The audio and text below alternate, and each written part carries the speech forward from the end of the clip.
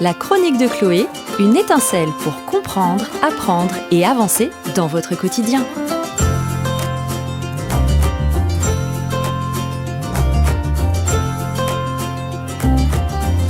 Bonjour et bienvenue à toutes et à tous sur la chronique de Chloé.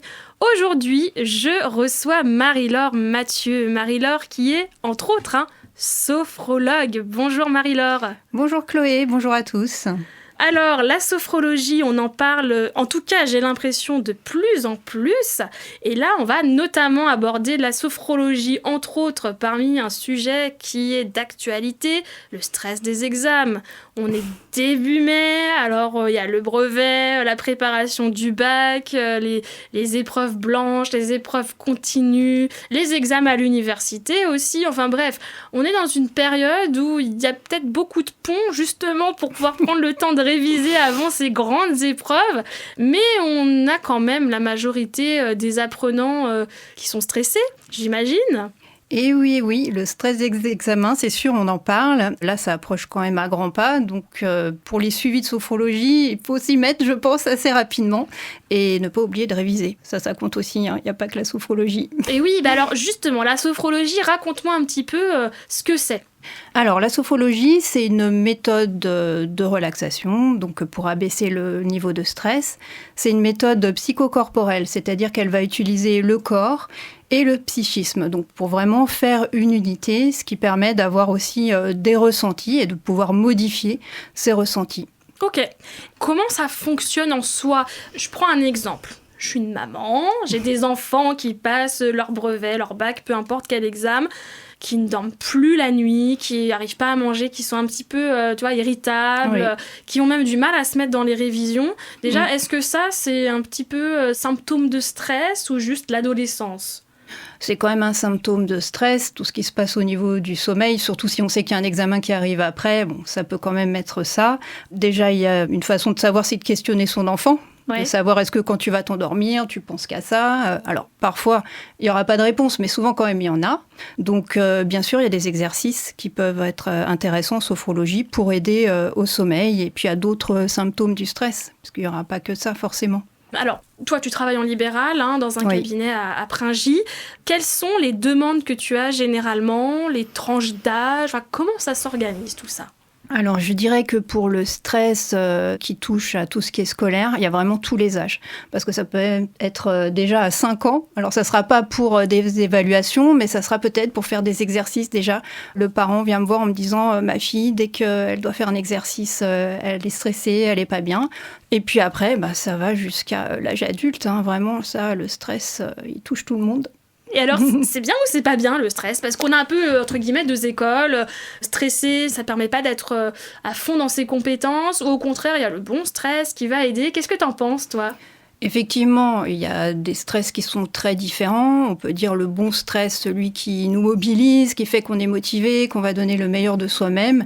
Et puis un stress qui serait mauvais, si on peut dire, parce qu'il nous nuit, c'est-à-dire qu'il va nous empêcher de nous sentir bien, il peut nous ronger, donc c'est pas agréable. Et puis après, sur le résultat aussi, c'est un impact. Mais je dirais qu'il y a aussi énormément de stress différents parce que chaque personne est différente. Donc moi, ce que j'aime, c'est vraiment faire de l'individuel, c'est-à-dire écouter ce que la personne a à dire, de quoi elle parle avec son stress et d'adapter les exercices de manière vraiment personnalisée. C'est vrai que depuis tout à l'heure, tu parles souvent d'exercices. Alors je me dis, peut-être à tort, mais ces personnes qui sont stressées, notamment par les examens, vont venir te voir pour faire des exercices. Est-ce que c'est pas un peu paradoxal ? Ça peut l'être, mais disons qu'avoir un exercice, c'est rassurant parce que c'est concret, c'est un outil. Et la personne, quand elle sort du cabinet, elle va pas être obligée d'être avec moi pour faire justement ces exercices. Et je pense que déjà, ça rassure de savoir qu'on a quelque chose de concret à faire quand ça ne va pas. Donc, ça peut être perçu comme exercice d'école, mais ça peut être aussi perçu comme vraiment un outil très bénéfique. Ok. Et alors, comment ça se passe, une séance ? Donc, je reviens à ce que je disais. Je suis maman, j'ai un ou plusieurs enfants qui passent leurs examens, qui sont stressés. Hop, on me parle de Marie-Laure, sophrologue. Je l'appelle et ensuite, qu'est-ce qui se passe ? Eh bien, ensuite, on vient vite me voir et il y a une première séance. Alors, Ça, c'est vraiment très important, cette première séance où il y aura un échange, où déjà il y a une alliance qui va se créer, normalement, et où je vais avoir toutes les informations aussi sur le stress en question. Est-ce que c'est quelque chose que l'enfant ou l'adolescent a déjà vécu avant ? Donc à ce moment-là, il a peur de revivre une situation négative. Est-ce que c'est quelque chose qui ressemble à de l'hypersensibilité ? Par exemple, la personne va être très sensible à ce qui l'entoure, n'arrivera pas à se concentrer. Est-ce que c'est un problème plus de confiance en soi ? Voilà. Donc on va définir ensemble quel est ce stress, comment il se situe aussi au niveau du corps, puisqu'en sophrologie, on travaille aussi avec le corps. Et puis, on va choisir ensemble des fameux exercices. Bien sûr, moi, je vais guider en créant une forme de protocole. Et on va continuer comme ça aux séances suivantes avec... donc, les exercices, c'est beaucoup de la respiration. Hein, ça, j'en ai pas parlé. Respiration, des mouvements avec de la respiration et tout ce qui est visualisation positive aussi. Voilà. Et cette visualisation, elle est accessible à tous les âges ou même les exercices de respiration ? Parce que je me dis peut-être que, je sais pas, les tout petits, ça va pas leur parler, ou les personnes âgées, ou que sais-je. Alors ça s'adapte. C'est sûr que la sophrologie pour un petit enfant de 5 ans, c'est pas la même chose que pour un adulte, mais tout le monde peut respirer, puisque la respiration, c'est quelque chose de naturel qu'on a dès la naissance. Après, il faut que les exercices soient moins longs pour les enfants, il faut que ce soit ludique, l'approche est différente, il y a aussi beaucoup de jeux pour les enfants. Donc la respiration, c'est faisable. Les exercices avec le corps, c'est faisable aussi. Pareil, selon la coordination, il faut plus ou moins d'entraînement. Et puis, tout ce qui est visualisation, alors pour les enfants, c'est plus ce qu'on appelle des contes thérapeutiques. C'est-à-dire que dans les contes, il y a des choses qui vont être intégrées, des mots qui vont faire des déclics pour eux. Et pour les adultes, c'est plus des textes. Donc il y a quand même une différence, mais c'est accessible à tout le monde. D'accord. Ouais. Et il faut à peu près combien de séances, combien de fois on vient te voir ? Est-ce que c'est une fois et on repart ? Comment ça s'organise ? Alors, la sophrologie, c'est quand même sur plusieurs séances, parce qu'il y a le fait d'intégrer les exercices, puisque ça demande de la coordination, la respiration, c'est pas toujours si facile que ça, il faut se concentrer. Donc c'est bien d'avoir de la répétition, de s'entraîner entre chaque séance aussi. Je dirais que pour la préparation aux examens ou à un événement particulier, il faudrait entre 4 et 6 séances. Il y a quand même moins de séances en général pour les enfants que pour les adultes. Mais s'il y a un terrain anxieux ou quelque chose qui ressort en plus, parfois les gens viennent pour plus de séances. D'accord. Donc c'est quelque chose en tout cas à anticiper. Et là, c'est peut-être la bonne période. Alors oui. Peut-être la période où tu vas être overbooké, mais pas de se dire, oh là là, 3 jours avant l'examen, qu'est-ce que je fais ?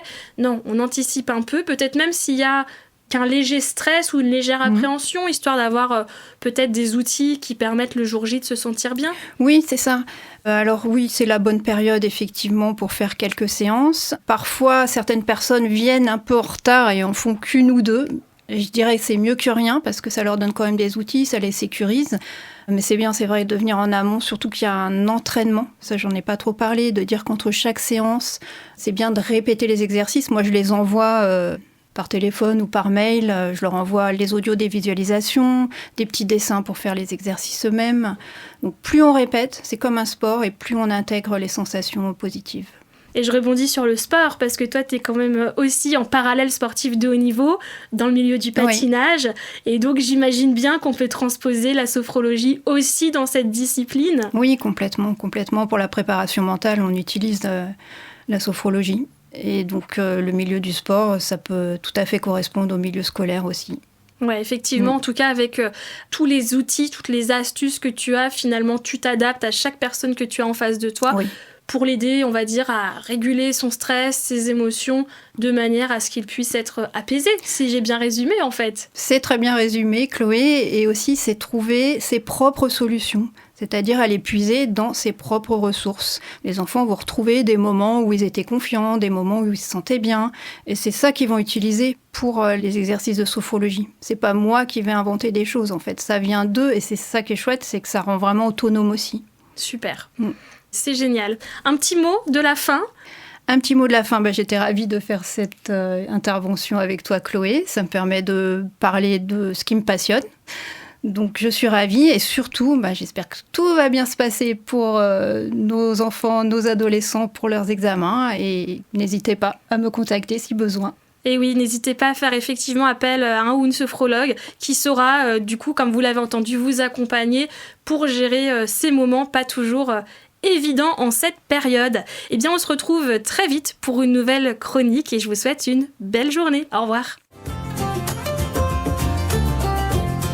C'était la chronique de Chloé, une étincelle à retrouver en podcast sur le site radiosemnos.com.